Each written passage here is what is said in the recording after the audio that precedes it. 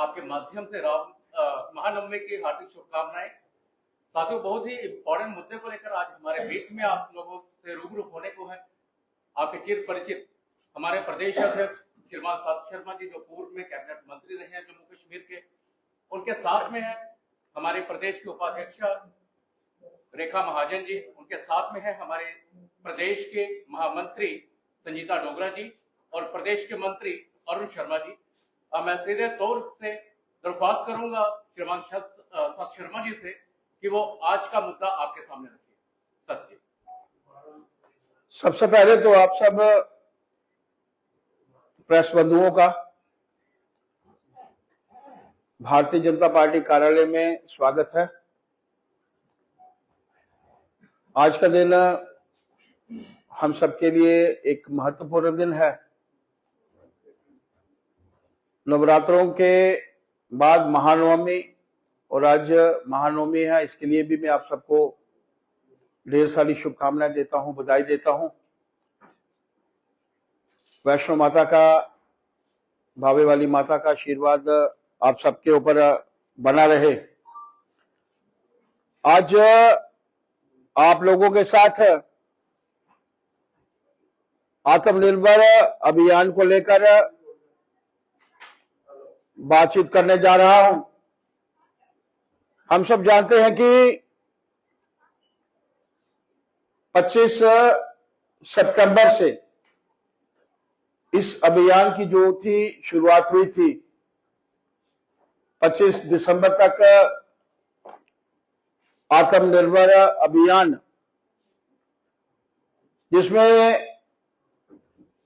Vocal for local को प्राथमिकता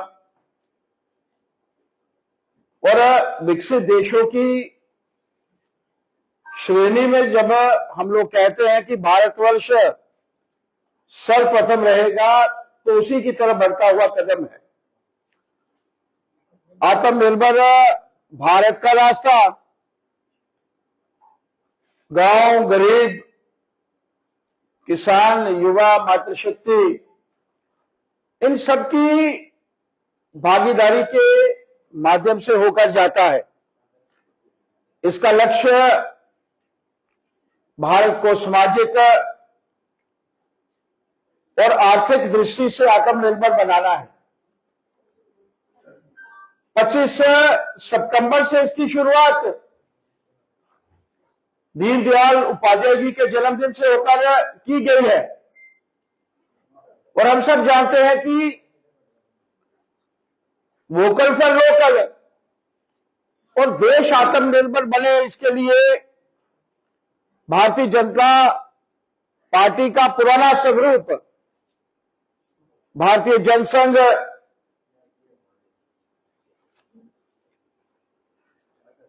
इसके माध्यम से जब दीनदयाल उपाध्याय जी से पूछा गया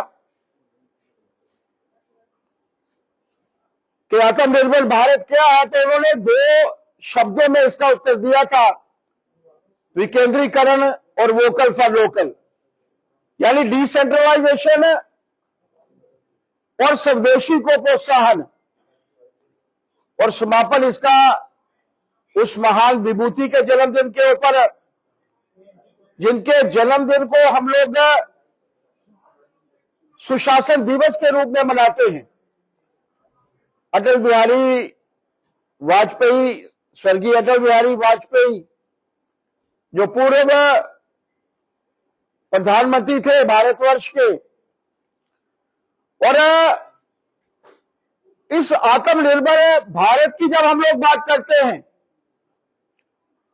इस अभियान की शुरुआत सही मायनों से अगर हुई तो कोरोना के समय में हुई। हम सब जानते हैं कि कोरोना के समय में ऐसी परिस्थितियां थी, लगता था कि विश्व भर में जैसा नुकसान हो रहा है, ऐसी परिस्थितियों में भारत वर्ष में भी नुकसान होगा। और उस वक्त देश के प्रधानमंत्री जी ने जिस तरीके से उस आपदा में भी से भी एक अवसर को तलाशा वैक्सीनेशन जो थी यहां पर डेवलप की गई। 3 लेयर मास्क जो हम लोग बाहर से मंगवाते थे, वेंटिलेटर्स यहां पर निर्मित नहीं होते थे, मेडिसिन यहां पर मैन्युफैक्चर नहीं की जाती थी। इन सबको लेकर आत्मनिर्भरता की तरफ भारत ने वो कदम उठाया जिसके चलते हम सब जानते हैं कि वैक्सीनेशन भारत में ही जो थी उपलब्ध नहीं थी, वो विदेशों में भी लगभग 100 देशों में भारतवर्ष से वो वैक्सीनेशन जो थी वो भेजी गई। और लगभग 40 देश ऐसे थे, छोटे वो देश जिनको मुफ्त में वो वैक्सीनेशन जो थी उपलब्ध करवाई गई। ये आत्मनिर्भरता की तरफ बढ़ता हुआ पहला कदम था। हालांकि इसकी शुरुआत, जैसे मैंने पहले कहा, अगर हम लोग पुरातन समय की बात करते हैं तो 1000 ईस्वी में भारतवर्ष की जीडीपी जो थी वो पूरे विश्व की जीडीपी के 1/3 थी। लगभग 30% जीडीपी भारत रिप्रेजेंट करता था। कारण यही था कि उस वक्त वोकल फॉर लोकल की बात और वो आत्मनिर्भरता की बात जो आज जिसके संदर्भ में आप सबसे मैं बातचीत कर रहा हूं, वो आत्मनिर्भरता आज जो है वहां से उसकी शुरुआत हुई थी और आज हम यहां पर पहुंचे। ऑपरेशन सिंदूर के चलते आप लोगों ने देखा ब्रह्मोस का इस्तेमाल, आकाश का इस्तेमाल, और जिस तरीके से पाकिस्तान से चलाई गई मिसाइलों को रोकने के लिए भी कितने संसाधन जो थे वो भारतवर्ष में तैयार किए गए। आप अब मानकर चलिए कि जितने भी हथियार जो थे वो भारतवर्ष में निर्मित थे और 90 घंटे से भी कम के अंतराल में पाकिस्तान ने जो थे वो घुटने टेके। अगर हम लोग चाहते हैं कि ये देश आगे बढ़े, विश्व की चौथी बड़ी अर्थव्यवस्था भारत जो है इस वक्त बन चुका है। नरेंद्र भाई मोदी जी के नेतृत्व में 11वीं पायदान से हम लोगों ने शुरुआत की थी और चौथी बड़ी अर्थव्यवस्था बनना, 2 ट्रिलियन इकॉनमी बनना, और जिसकी शुरुआत 11वें समय में 11वीं पायदान पे $2 ट्रिलियन इकॉनमी और आज $4 ट्रिलियन इकॉनमी हम लोग लगभग बन चुके हैं। और जब भारतवर्ष आज तीसरी बड़ी पायदान की तरफ अग्रसर है और 2047 में जब हम लोग बातचीत करते हैं कि देश हमारा विकसित देशों की श्रेणी में आगे आएगा, तो वो तभी सफल हो सकता है कि आत्मनिर्भर भारत अभियान का हम लोग हिस्सा बने। आत्मनिर्भरता की तरफ भारत का बढ़ता हुआ कदम सफल हो, और ये तभी सफल हो सकता है कि जब हम लोग स्वदेशी का इस्तेमाल करें, वोकल फॉर लोकल की जो है वो मित्रों बातचीत करें। देश के प्रधानमंत्री जी के आह्वान के बाद पार्टी की तरफ से ये कार्यक्रम लगातार 3 महीने चलेंगे। कॉलेजेस में जाना, स्कूलों में जाना, एमएसएमईज के माध्यम से, छोटे वेंडर्स के माध्यम से, छोटे शॉपकीपर्स के माध्यम से, और जैसे मैंने पहले ही कहा कि हर गरीब, गांव, किसान, मातृशक्ति, नौजवान, हर तक यानी जन जन संपर्क करके लोगों को वोकल फॉर लोकल की बातचीत करना, लोगों को आत्मनिर्भर भारत की तरफ जो है वो अग्रसर करना। आज आप लोगों के माध्यम से यही बातचीत करने के लिए मैं अपनी टीम, हमारे महामंत्री संजीता जी जो आत्मनिर्भर भारत अभियान की जो है कन्वीनर के तौर पर है, रेखा महाजन जी जो इस टीम की सदस्य हैं, हमारी उपाध्यक्ष हैं, और अरुण जी जो पार्टी के हमारे सेक्रेटरी हैं और इस टीम के जो है वो मेंबर हैं। मैं पूरी टीम के साथ आज आप लोगों के माध्यम से ये कार्यक्रम की जानकारी देने हेतु यहाँ पर बैठा था। आप सबका बहुत शुक्रिया। कोई आप लोगों में से कोई बातचीत करना चाहता है आत्मनिर्भर भारत को लेकर या किसी और संदर्भ में? शर्मा साहब, मेरा सवाल है कि आत्मनिर्भर बनना हमारी हम चाहते हैं कि आत्मनिर्भर बने, लेकिन हमें आयात जो है वो घटाना होगा, एक्सपोर्ट जो है वो बढ़ाना होगा। अभी तक जो है आंकड़े आ रहे हैं 85% जो है चीजें जो है मंगवाई जा रही है बाहर से, हमारी एक्सपोर्ट जो है वो कम है और आयात जो है ज्यादा है। क्या कहेंगे इसके ऊपर? अगर देश के प्रधानमंत्री जी ने ये आह्वान देश की 140 करोड़ जनता को किया है, तो इसका कारण सीधे तौर पर यही है। अब यह भी बिल्कुल नहीं है कि हम लोगों को अपने यहां से एक्सपोर्ट नहीं करना है, ज्यादा करना है, और वो करना भी पड़ेगा, क्योंकि जब आप यहां पर ज्यादा मैन्युफैक्चरिंग करेंगे लोकल प्रोडक्ट्स की, तो ज्यादा से ज्यादा सामान जो है बाहर भेजना भी पड़ेगा। कम से कम सामान बाहर से आए। और जिस तरीके से अमेरिका ने अपने टैरिफ्स बढ़ाना शुरू किया है, वो सीधे तौर पर यह इंडिकेट करता है कि अमेरिका चाहता है कि वहां की सब स्टैंडर्ड वस्तुएं यहां पर इस माध्यम से भेजी जाए।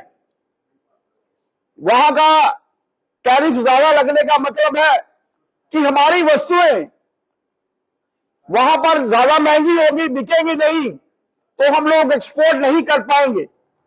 आप लोग ये मानकर चलिए कि ऑपरेशन सिंदूर के बाद शायद दूसरे देशों को भी लगता होगा कि युद्ध के माध्यम से भारत को वो हरा नहीं पाएंगे, पीछे नहीं कर पाएंगे। ऐसे समय में जो इकोनॉमिक ब्लॉकेज है, जो मैंने कहा कि वो रेट्स अपने टैक्सेस बढ़ा रहे हैं, और उस एवज में कल मैं कश्मीर में था तो वहां मैंने आप बातचीत की, वहां पर कैलिफोर्निया का बादाम बिके और यहां हमारा बादाम जो है वो महंगा हो, इसके लिए भी प्रयास हो रहे हैं। सेब को लेकर प्रयास हो रहे हैं, यहां हमारे चावल को लेकर जो है वो ऐसे प्रयास हो रहे हैं।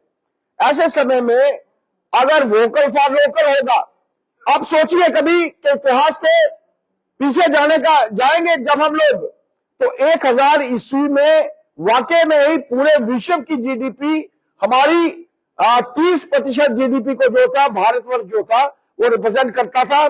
कारण वोकल फॉर लोकल था, स्वदेशी का संचलन था, उसी को हम लोग जो है वो बढ़ाने का प्रयत्न करें। एक सवाल हो रहा है कि जितनी भी दालें आती है 80% जो है बाहर से आती है, अभी यहाँ पे उत्पादन हो सकता है, लेकिन इसको ध्यान नहीं दिया जा रहा है।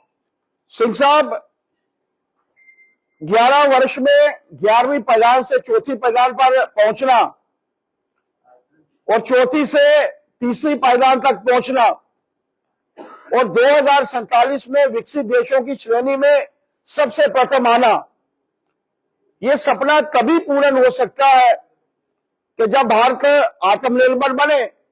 और आत्मनिर्भर बनने की तरफ जो पहला कदम है वो स्वदेशी का है।